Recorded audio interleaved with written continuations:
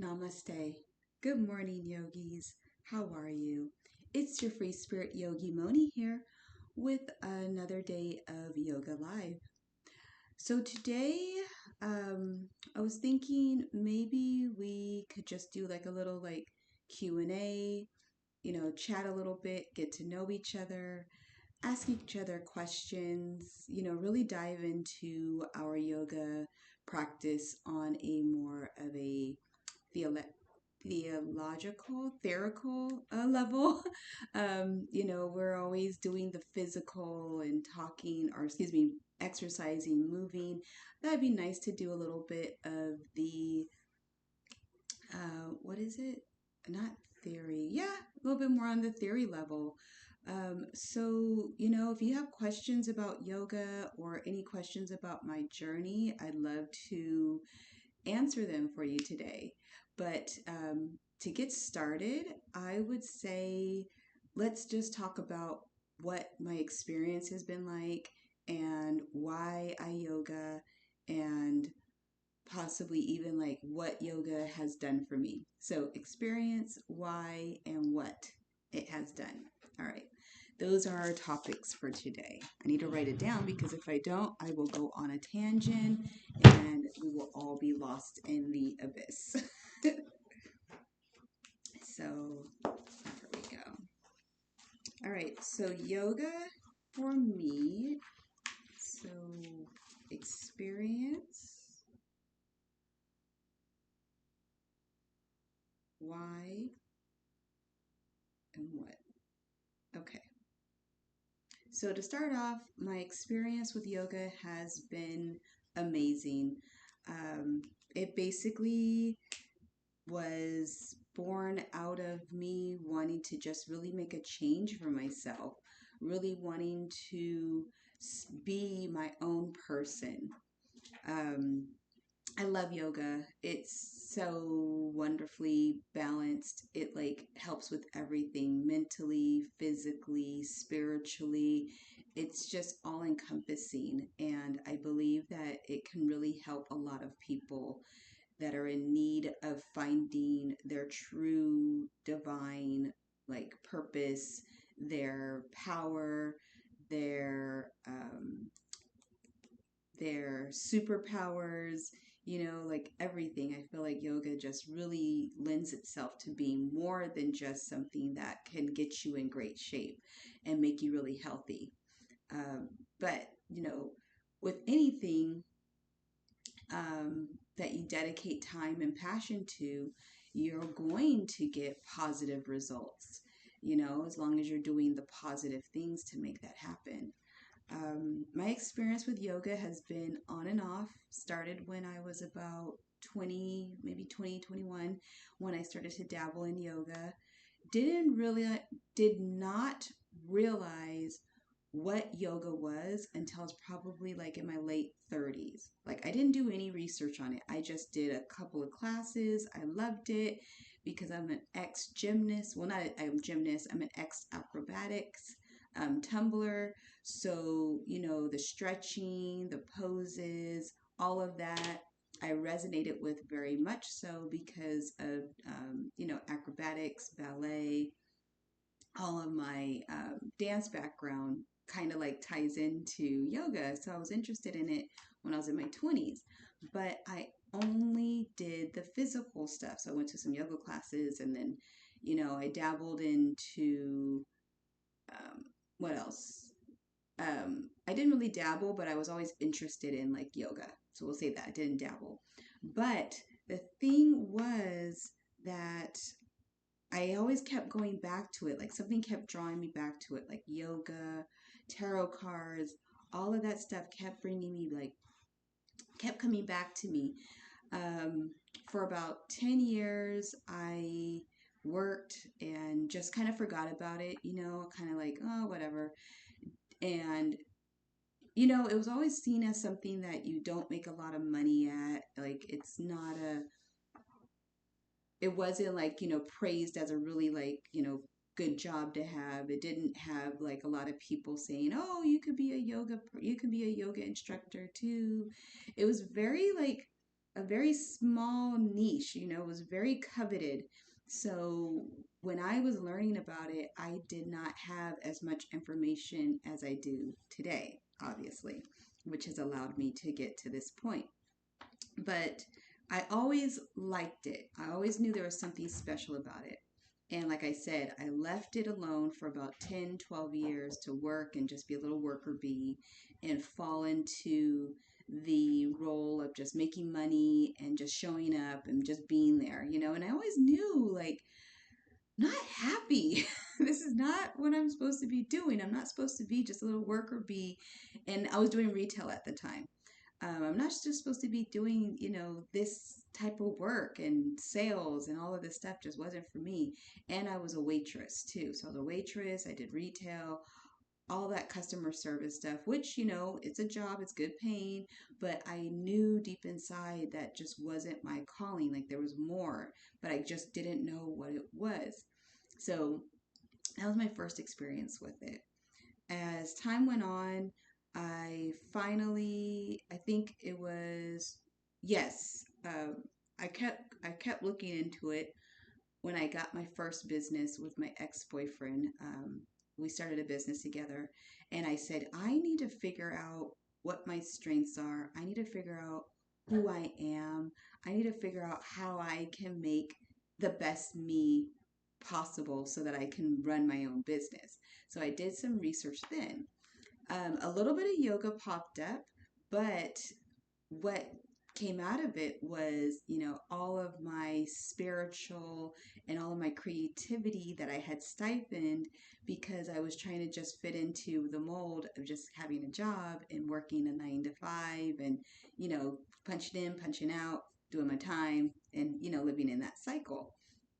So once I discovered that, that was like a couple of years of me doing like, you know, my own self work, writing, listening to Carl Nightingale, all of those kind of really big, you know, life coaches.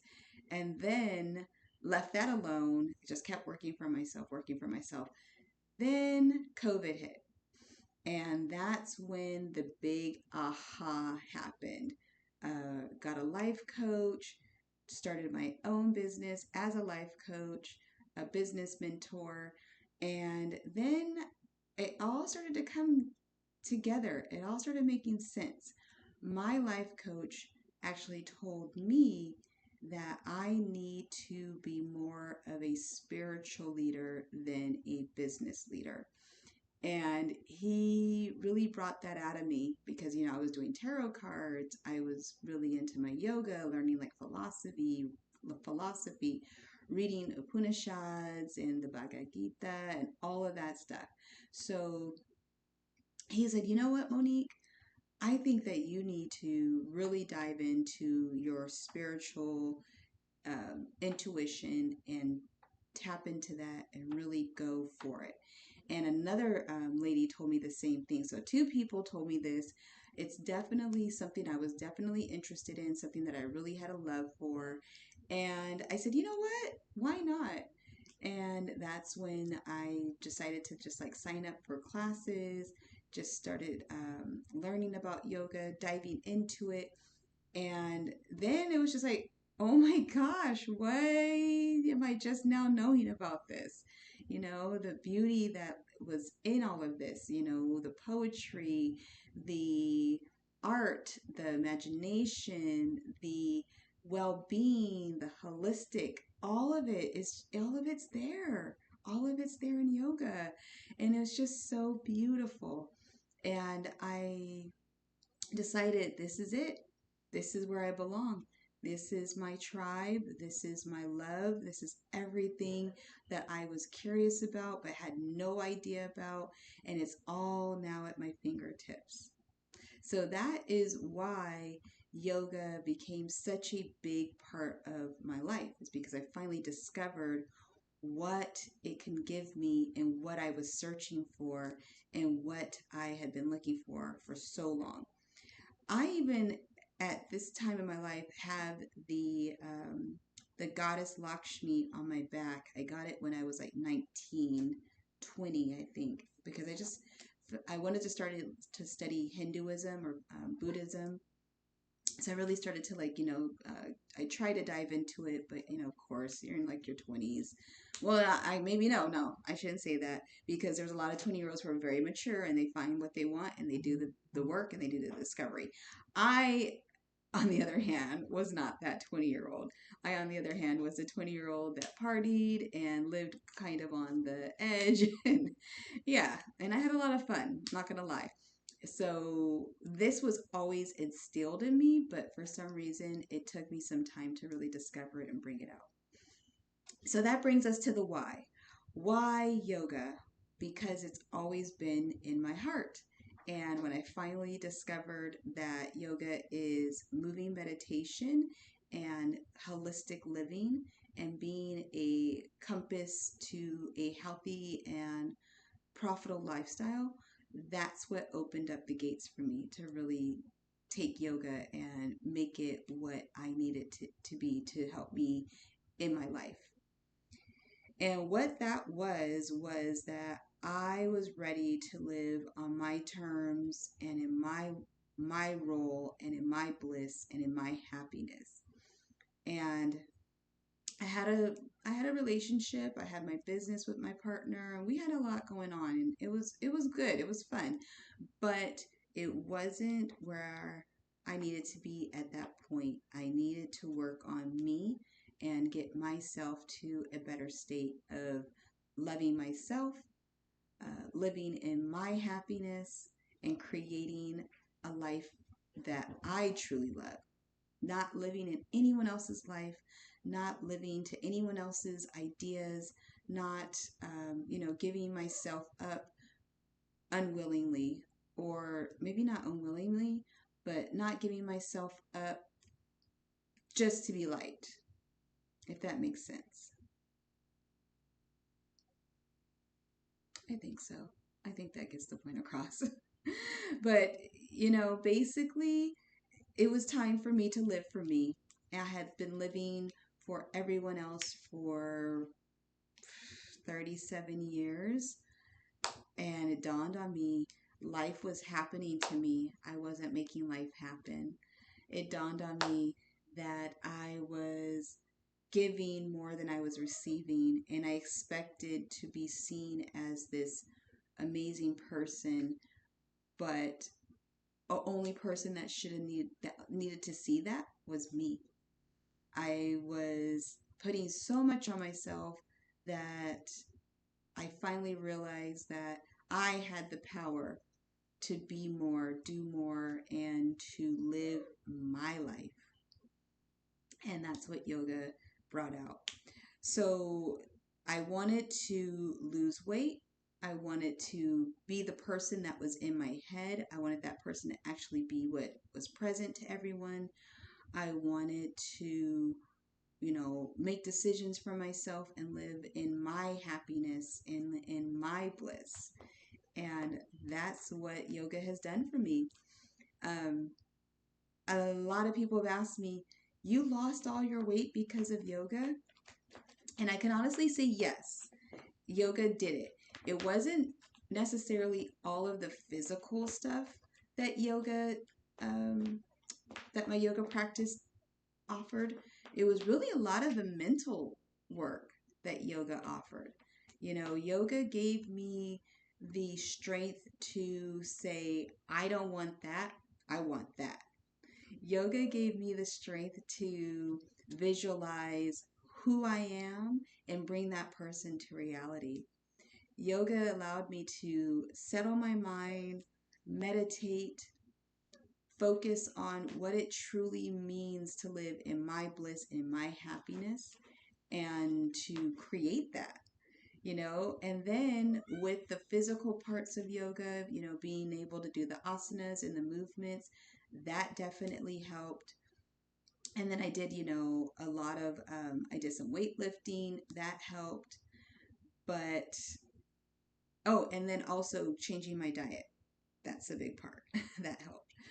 But yoga was the thing that helped me get the mindset and the ability to really see myself at a higher level than what I was living at. So that's where yoga plays into this life changing physical change that you see. Yoga was the thing that said, you're 160 pounds, but you could be 130. And then the hard work is what made me reach 120. The the fact that yoga said, you can do this. You are this person. This is who you truly are. That's what yoga told me. And I took that and I said, thank you. We're going to keep on running with this. I see it. I can be it. And once that happened, there was no stopping me. So that's where yoga comes into play with all of this.